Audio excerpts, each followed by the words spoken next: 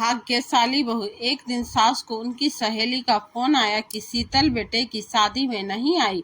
मुझे बहुत बुरा लगा। समझी शीतल जी बोली, अरे उस टाइम मेरे पति की तबीयत ठीक नहीं थी, बहू भी मायके गई थी, तो उन्हें अकेला छोड़कर कैसे आती।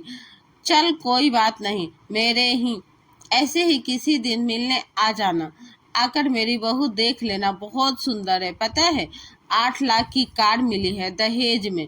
उधर से शीतल जी की सहेली बोली, तूने आज तक शीतल नहीं बताया कि तेरी बहू को क्या मिला था दहेज में। फिर सवाल पूछा गया तो इस पर शीतल जी बोली, मेरी बहू को ना तो कोई कार मिली ना कोई गहने।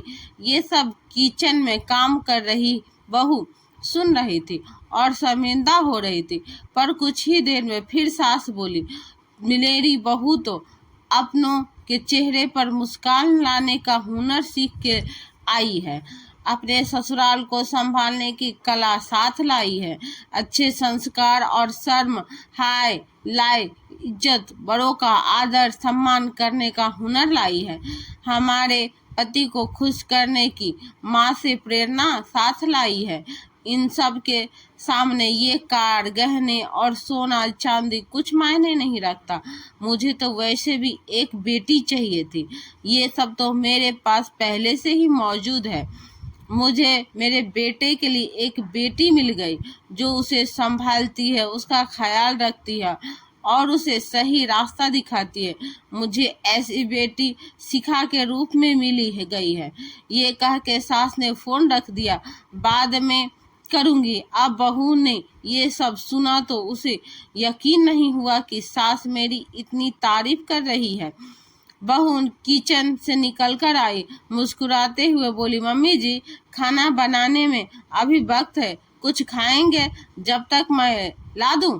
सास बोली, बस एक कप चाय पिला दे, बहुत देर से मन हो रहा था, पर तुझे काम करते देखा तो हिम्मत नहीं हुई। बहू बोली, मम्मी जी बेझिझक होकर मांग लिया करे, कुछ भी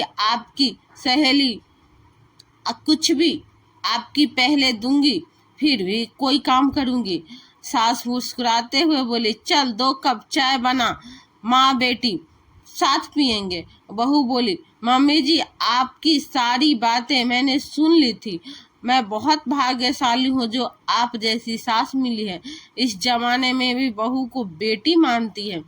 तो दोस्तों ये सास बहू की जोड़ी आपको कैसी लगती है? पेज लाइक कमेंट जरूर करें, पेज को फॉलो करना ना भूलें। धन्यवाद।